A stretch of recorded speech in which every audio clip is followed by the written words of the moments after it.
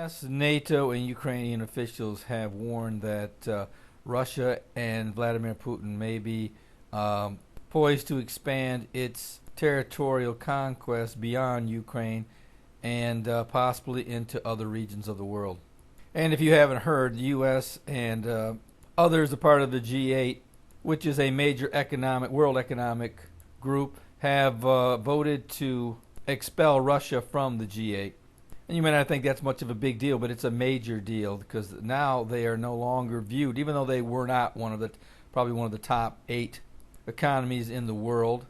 They still had the luxury of being a part of it, and much of what Vladimir Putin is all about is perceived rather than real, and that goes for his military and his economy. And here's something else you may want to know about Mr. Putin. Many of these conquests are being staged due to the fact that his economic situation is very dire. Many in the elite foreign policy world believe that Mr.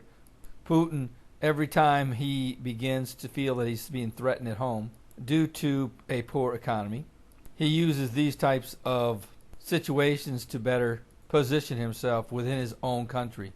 Whether you realize it or not, Mr. Putin is not as strong as you may think he is. And he does have moments of being vulnerable.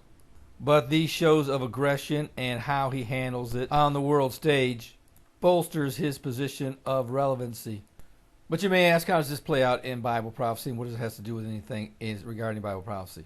Well, the scriptures are clear in Ezekiel 38 that at some point in time, Moscow will come down upon Israel and attack Israel.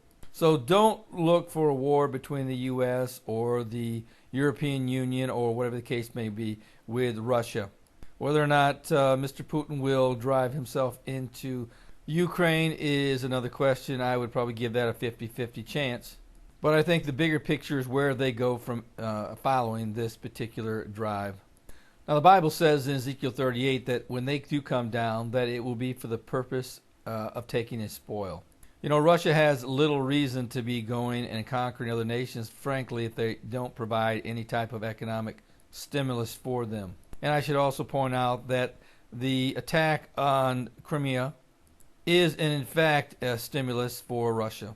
Although indirect, it will directly affect its oil and gas revenues worldwide.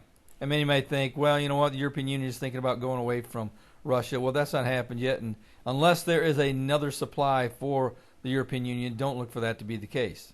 But what I see is this right here. I believe that we're looking at Israel becoming a major exporter of oil and natural gas, even beyond what they've already explored.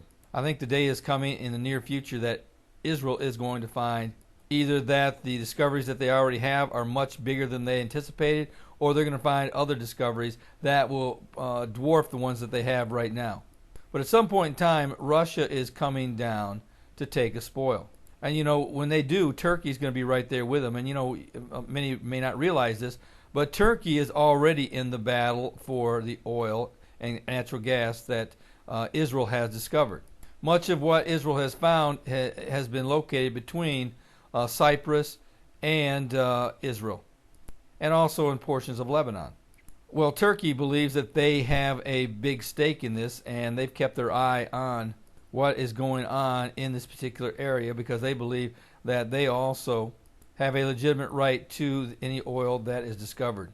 So it doesn't surprise me that when you look at the list of countries that come down upon Israel who will join Russia, that Turkey is one of the nations. I think that they will come down for a twofold reason as well. One, to take a spoil, and secondly, because they're enemies of Israel. And when you have somebody with the backing of Russia's power, even though they are a distant second from the U.S., they're still a very powerful nation. And when they come down, they'll be bringing Turkey, they'll be bringing Iran, and many of the Islamic neighbors. Now, as I've said in the past, I do believe that you can count out Jordan, you can count out Egypt, you can count out Saudi Arabia. I frankly don't believe that Syria will be coming down because they have their own problems.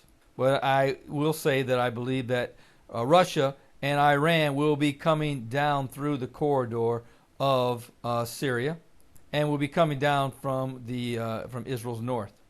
And I'm sure many of you are aware that Russia already has a number of bases within Syria, so that will be a good stepping off point when this attack does take place. But what you should be taking away from what has happened over the last few weeks and months is that Russia is further placing themselves in the camp of Iran and Syria and distancing itself from the West, and that includes the European Union. And even though Russia will continue to sell natural gas and oil to the European Union, I think that the European Union will jump at the chance of freeing itself from Russian oil. And I think that the fines that Israel's going to come up with here in the near future are going to play right into this war taking place. And here's some bad news for the West, and that is it's been reported that Moscow is threatening to back Iran in their quest for nuclear weapons. And now it's being reported by Reuters that Russian cooperation on dismantling Syria's chemical weapons program may be beginning to unravel as well. Russia may very well try to sabotage this particular effort by the West. But don't look for the U.S. and the European Union to get involved in any type of war with Russia. In fact, when they do come down upon Israel, the Bible's clear that many of those who are around will protest but will not get involved. And again, one of the nations that will protest will be Saudi Arabia. So you can mark them off the list of being part of the attack when this particular war does take place. And as always, if you don't know the Lord, you need to make that decision as soon as you possibly can, because this is just another sign of what the last days, the Bible has said about the last days. That Russia would, in the end, begin a conquest that will ultimately end in Israel. And now I would like to speak to some of my readers, and that is, if you really believe this is the last days, and I do, you need to get a hold of a copy of my Tribulation Period Survival Guide. I have a free version, and I also have a paperback version.